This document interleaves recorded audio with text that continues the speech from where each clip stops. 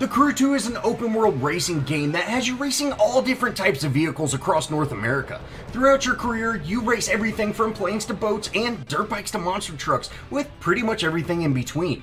With every race, you increase your social status and have access to more types of races, all leading up to an Extreme Series race, where you switch vehicles during the race. The Crew 2 is out now for PS4, Xbox One, and PC for $59.99. It's also important to note that the Crew is more of a casual racing game. If you're looking for a more realistic experience, there are better options. After a very quick character selection, you are thrown full throttle into your first race through the streets of New York, and it looks amazing. Your blood is racing while you try to boost yourself into first place, only to find yourself jumping straight into the bay and turning into a boat while the world distorts around you. With one of the most grabbing introductions to a racing game, you want more from the get-go. Once you complete your first race, you are introduced to the live map, where you can find all events, skills, highlights, and even drop yourself at a specific location. Every time you complete a given task, you are rewarded followers. Followers, simply put, is your experience bar. The more followers you have, the more events you have access to. There are 4 racing headquarters: Street, Freestyle, Off-Road, and Pro. And all 4 headquarters have unique disciplines or race modes. You start out as a rookie with only 1 discipline per headquarters and slowly increase your reputation to icon status to unlock all disciplines. While it seems overwhelming at first, you get used to it rather quickly. Along with followers, every event rewards money, upgrades, and occasional crew credits. Money is used to purchase new vehicles or customize the visuals of your current vehicle. You must have enough money to purchase a vehicle in each discipline before you have access to those races, even if the disciplines are unlocked. So make sure not to just blow through money if you do want to progress quickly. Crew credits are coins that can be bought for real-world money and used to buy vehicles, but can be avoided by only using the in-game currency, but there are microtransactions within the Crew 2. Upgrades pop up at the end of each race and all have unique stats for the specific style of vehicle you are using. If you have more than one vehicle in a specific discipline, you can interchange their upgrades, but boat upgrades cannot be used on plane upgrades, for example. Besides parts to increase performance, you can also pick up cosmetic items, and there is a fairly in-depth customization section for paint and design available at your home. But other than changing your paint job, your home has no real use, and you find yourself just walking around looking at a few vehicles.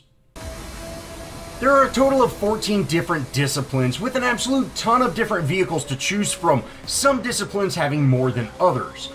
For the most part, you can get by without upgrading to better vehicles through progression, but once you hit icon status, the higher end vehicles are needed, requiring you to replay races to earn more and more funds to be able to afford them. Once you have completed 70% or more of the events for a specific headquarters and have a high enough icon level, you will have access to a rival race. A rival race is a lot like the Extreme Series races, where you switch vehicles while driving, but in this race you are only put against one other person who is the rival for that particular headquarters. The rival race also unlocks a unique vehicle when completed and can be picked up at the headquarters. Races also have a normal and a hard mode, where hard mode simply requires a more flawless performance, a better running vehicle, and better knowledge of the course because it is much more punishing. And with progression as easy as it is fairly simple to stay within that normal range until you get enough money to actually buy those higher end vehicles. There are 6 live Extreme Series races and are a highlight of the Crew 2. Switching vehicles from a car to a boat and then to a dirt bike is an absolute joy, and it is truly a shame that the Crew 2 only has 6 of these currently. The Crew 2 feels great and has stunning graphics with an amazing soundtrack, with all 14 different vehicle types having semi-unique handling and driving styles no matter what type of upgrades you put on them. There is a lot to learn and master. Luckily, with the free driving mode, there is plenty of time to get familiar with each vehicle and explore before you complete any events. The free drive mode allows you to drive coast to coast in a somewhat realistic United States. You can also find upgrades just from driving around, as well as earn followers from doing stunts. But the map of America is also off-putting at the same time. The distance between LA and Las Vegas is 13 miles in-game, and Amarillo and Dallas is 5, when in reality, the distance between Amarillo and Dallas is much further.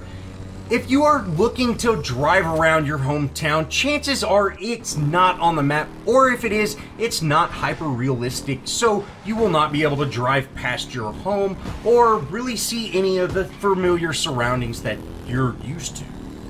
The Crew 2 does have more to it than just a simple racing game, but there are a few things to note before you go out and pick up your own copy.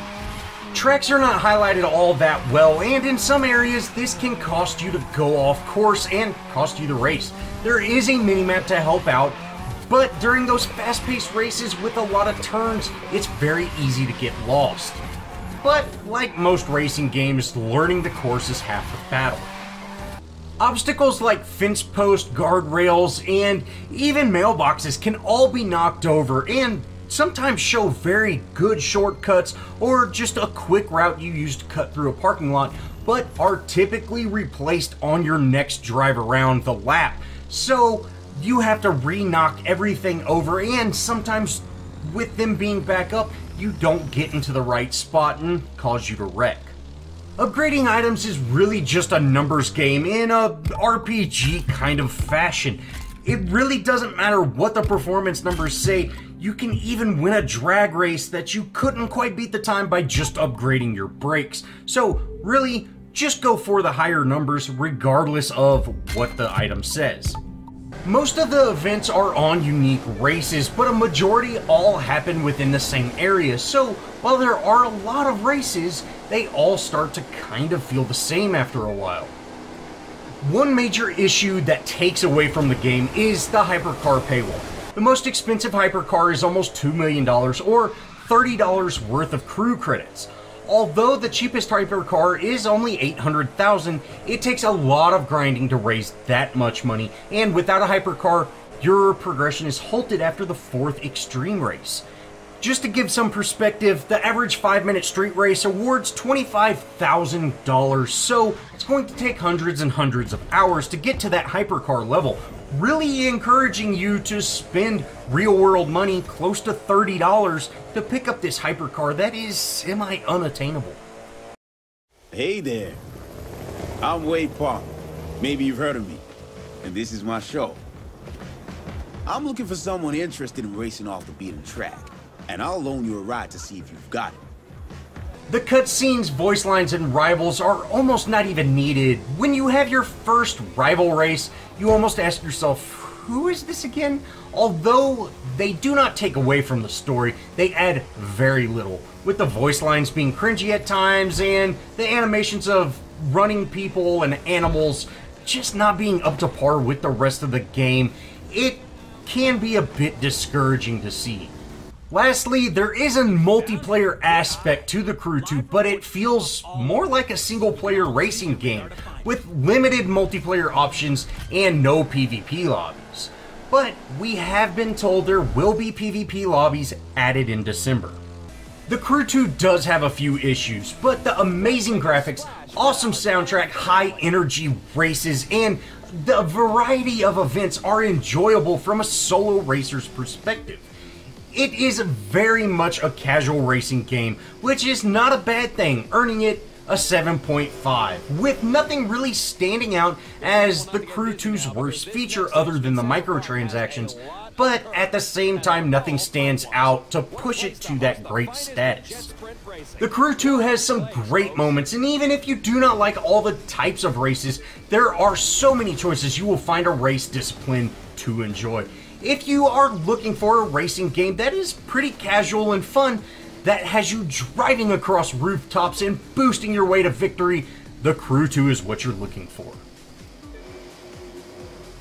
Well, thanks for watching the ATP review of the Crew 2. Have you picked up the Crew yet, or do you plan to? Did I save you 60 bucks, or did I persuade you? You might even still be on the fence. Let me know down in the comments, guys. I'd love to talk to y'all about that. I will be making a much more opinionated video about the Crew 2 next week, so if you are more interested in just my pure thoughts about the game, look forward to that around next Monday. Well, again, guys, thanks for watching, and as always, I'll see y'all in the next video.